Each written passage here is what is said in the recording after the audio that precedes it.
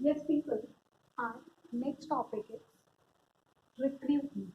Recruitment means to recruit persons for a job vacancy. Recruit means inducing or attracting more and more candidates to apply for vacant job position in the organization. मतलब लोगों को हमारी organisation में जो job post खाली है उसके लिए बुलाना। कैसे बुलाना? तो हम एडवर्टाइज करेंगे कि भाई हमारे यहाँ पर जॉब पोजीशन खाली है, आप आए और अप्लाई करें इस जॉब पोजीशन के लिए।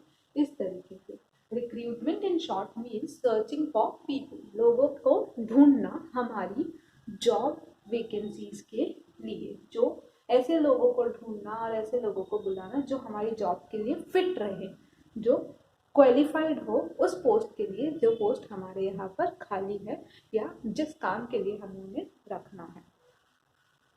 जो रिक्रूटमेंट होता है वो दो तरीके से किया जा सकता है। इंटरनल रिक्रूटमेंट हो सकता है या फिर एक्सटर्नल रिक्रूटमेंट हो सकता है। इंटरनल रिक्रूटमेंट की अगर हम बात करें तो इंटरनल रिक्रूटमेंट के का मतलब क्या होगा कि हम जो लोग जो एम्प्लॉयज ऑलरेडी हमारे पास वर्क कर रहे हैं उन्हीं को हम रीअपॉइंट करें या फिर उनको ही प्रमोट करें या उनको दूसरा जो हमारा ब्रांच है, दूसरा जो हमारा ऑफिस है वहां पर ट्रांसफर करें।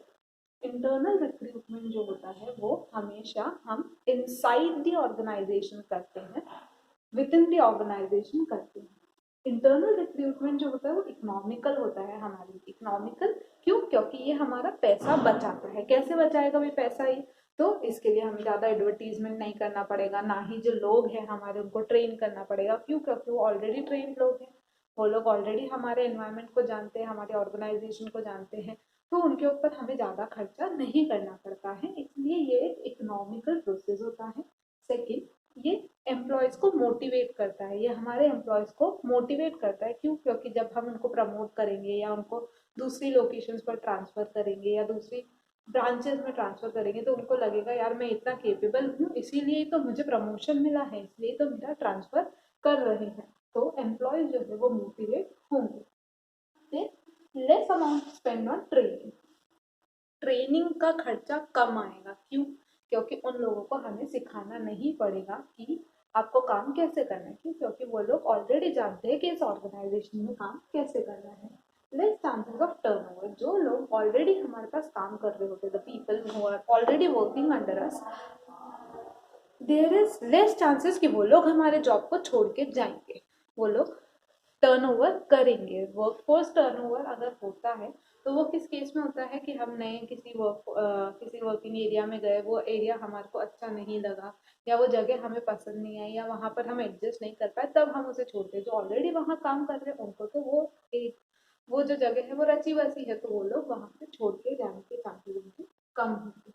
बेटर परफॉर्मेंस, जब किसी इंसान को प्रमोशन मिलता है तो ही स्टार्ट वर्किंग बेटर। क्यों? क्योंकि उसे लगता है यार अभी प्रमोशन मिला, अगर ढंग से काम नहीं किया तो बॉस नाराज हो जाएगा, तो वो और इम्प्रूव करता है अपने काम करने के तरीके को। लेकिन ये तो थे उसके एडवांटेजेस की। क्या होता है अगर हम इंटरनल रिक्रूटमेंट करते हैं, बट कहीं कहीं कुछ डिसएडवांटेजेस भी हैं। क्या? कि no fresh idea will come, जब हम पुराने ही लोगों को रखेंगे तो कोई नया फ्रेश आइडिया नहीं आएगा हमारे पास, नए लोग नहीं आएंगे, फ्रेशर्स नहीं आएंगे तो नए आइडियाज भी नहीं आएंगे। प्लस हमारे पास होती है लिमिटेड चॉइस, क्योंकि हमें क्या करना होता है, इंटरनल सोर्सेज से लेना, मतलब जो एम्प्लॉयज ऑलरेडी हमारे पास वर्क कर रहे हैं उन्हीं में से हमारे को चुनना है, तो हमारे पास चॉइस कम होती है। Not suitable for new organization, नई ऑर्गेनाइजेशन के लिए अच्छा नहीं है। क्यों? क्योंकि यहाँ पर हमें नई ऑर्गेनाइजेशन है तो हमारे पास एग्जिस्टिंग एम्प्लॉयज तो होंगे ही नहीं। जब एग्जिस्टिंग एम्प्लॉयज नहीं होंगे तो हम कैसे उनमें से ही प्रमोट करेंगे? तो नई ऑर्गेनाइजेशन के लिए ये सही नहीं है। फिर है frequent transfer, reduce productivity of employees. अब क्या होता है, इंटरनल सोर्सेज ऑफ रिक्रूटमेंट में हम दो ही चीजें कर सकते हैं, या तो प्रमोट कर सकते हैं या फिर ट्रांसफर कर सकते हैं। तो जब हम ट्रांसफर करते हैं लोगों को बार बार तो वो लोग क्या होती है, उनकी प्रोडक्टिविटी कम हो जाती है। क्योंकि उनको हर बार एक नए जगह पर जाके काम करना होता है, उनको एडजस्ट करने में बहुत प्रॉब्लम आती है। दो तरीके होते हैं इंटरनल रिक्रूटमेंट के, फर्स्ट है transfer, second is promotion. Transfer means to transfer the person to other branch और अदर ऑफिस और अदर प्लेस ऑफ वर्क जो कि हमारे ही ऑर्गेनाइजेशन से लिंक्ड है। फिर होता है प्रमोशन। प्रमोशन में क्या होता है, ट्रांसफर में तो क्या होता है कि जिस जॉब पोजीशन पे वो ऑलरेडी काम कर रहा है उसी पर वो काम करेगा, कोई नया प्रमोट नहीं होगा, उसकी सैलरी उतनी ही रहेगी, सब कुछ उतना ही रहेगा, बस उसका वर्क प्लेस बदल जाएगा, सिर्फ प्लेस चेंज होती है। जबकि प्रमोशन में क्या होता है, हमें हायर वर्क पर काम करने को मिलता है, हमें हायर पोजीशन पर काम करने को मिलता है, हमारा इंक्रीमेंट भी हो जाता है प्रमोशन में। ये था इंटरनल सोर्सेज ऑफ रिक्रूटमेंट। अगर हम बात करें एक्सटर्नल सोर्सेज, दो सोर्सेज है मैंने बोला था रिक्रूटमेंट के, एक तो इंटरनल और दूसरा है external. External means outside the organization. हम क्या करेंगे यहाँ पर, ऑर्गेनाइजेशन के बाहर से लोगों को लाएंगे। जब हम बाहर से ला रहे हैं तो क्या होगा, फ्रेश टैलेंट अंदर आएगा, नए लोग अंदर आएंगे, तो नई चीजें वो लोग लेके आएंगे, नए आइडियाज लेके आएंगे और हमारे पास बहुत सारा ऑप्शन होगा। इंटरनल में तो क्या था, हमारे पास चॉइस कम थी, लेकिन एक्सटर्नल में हमारे पास बहुत सारी चॉइसेस है, क्योंकि पूरा हमारे पास दुनिया खुली है, वहां से हम लोग लोगों को ला सकते हैं। फिर आता है क्वालिफाइड एंड ट्रेन पर्सनल। जब बाहर से लोग आ रहे हैं तो वो और बेटर क्वालिफाइड लोग आएंगे जिनको हम सेलेक्ट कर पाएंगे, उनको वो लोग नई नई टेक्नोलॉजी सीख के आएंगे, क्योंकि जब फ्रेश टैलेंट आ रहा है तो वो लोग लेटेस्ट टेक्नोलॉजी भी जानते हैं, फ्रेशर्स आते हैं तो वो लोग नई टेक्नोलॉजी से वाकिफ होते हैं, तो वो लोग लेटेस्ट टेक्नोलॉजिकल नॉलेज रखने वाले होंगे।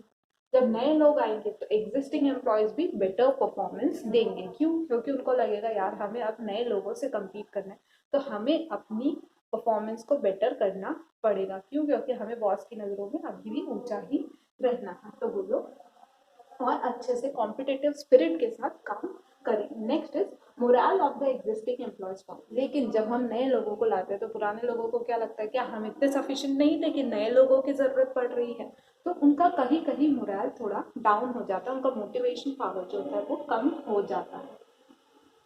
चांसेस होते हैं कि नए एम्प्लॉयज टर्नओवर कर जाए, क्यों, क्योंकि हो सकता है कि उनको वो एनवायरनमेंट सूट ना करे, तो वो हो सकता है उस चीज़ को छोड़ के चले जाए, तो चांसेस है यहाँ पर कि टर्नओवर हो सकता है। ये जो प्रोसेस होता है एक्सटर्नल रिक्रूटमेंट का, वो थोड़ा लेंदी होता है, क्यों, क्योंकि उसमें सारी चीज़ें होगी, हमने जो पढ़ा था रिक्रूटमेंट के बाद सिलेक्शन करना पड़ेगा हमें उनका, उसके बाद ट्रेनिंग देनी पड़ेगी, ओरिएंटेशन प्रोग्राम रखने पड़ेंगे, डेवलपमेंट प्रोग्राम रखने पड़ेंगे, तो वो एक लेंदी प्रोसेस होता है, और साथ ही साथ जब लेंदी प्रोसेस है तो वो एक्सपेंसिव भी होता है।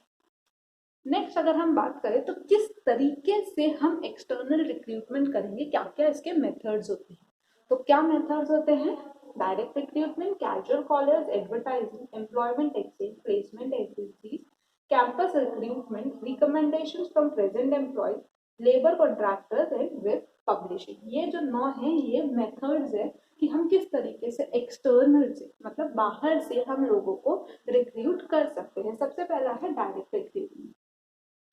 डायरेक्ट रिक्रूटमेंट में क्या होता है, हम लोग ये देखते हैं कि usually direct recruitment peon, sweepers, watchman, इन लोगों के लिए किया जाता है। इसमें क्या होता है, हम लोग फैक्ट्री गेट के बाहर ऐसे वैकेंसी का पोस्टर लगा देते हैं कि भाई यहाँ पर जॉब पोजीशन खाली है, हम देखते हैं बहुत सारी दुकानों के बाहर ऐसा लगा हुआ होता है, आवश्यकता है काम करने वाले लड़के लड़की की आवश्यकता है, तो ये सब जो होता है ये होता है डायरेक्ट रिक्रूटमेंट। इसमें हम लोग क्या करते हैं, डायरेक्टली बस ऐसा लिख देते हैं, ऐसा और कुछ नहीं होता। फिर आता है कैजुअल कॉलर्स। कैजुअल कॉलर्स में क्या होता है, जो कंपनीज होती है या जो ऑर्गेनाइजेशंस होती है वो लोग एक फाइल मेंटेन करके चलते हैं, जिसके अंदर वो लोग उन सीवीज को या उन रिज्यूम्स को, उन बायोडेटास को रखते हैं जो पहले आए थे, जो अच्छे थे लेकिन उस वक्त फिट नहीं थे उस जॉब के लिए, उन लोगों के सीवीज उसमें होते हैं, उसमें से वो लोग सेलेक्ट कर लेते हैं यूजुअली, ताकि रिक्रूटमेंट का खर्चा बच जाए।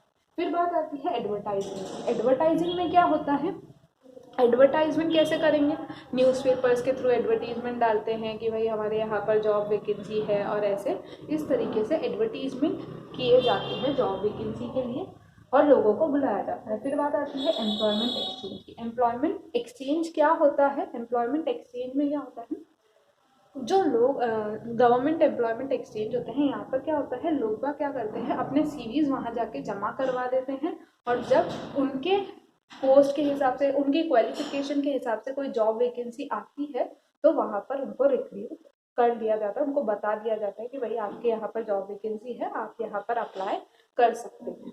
Next is placement agencies. ये लोग क्या करते हैं, ये लोग लोगों से अपने उनके सीवीज मंगवाते हैं और जहाँ पर उनके क्वालिफिकेशंस के हिसाब से जॉब वैकेंसीज है वहाँ पर उनके सीवीज को लगा देते हैं। फिर आती है बात कैंपस रिक्रूटमेंट।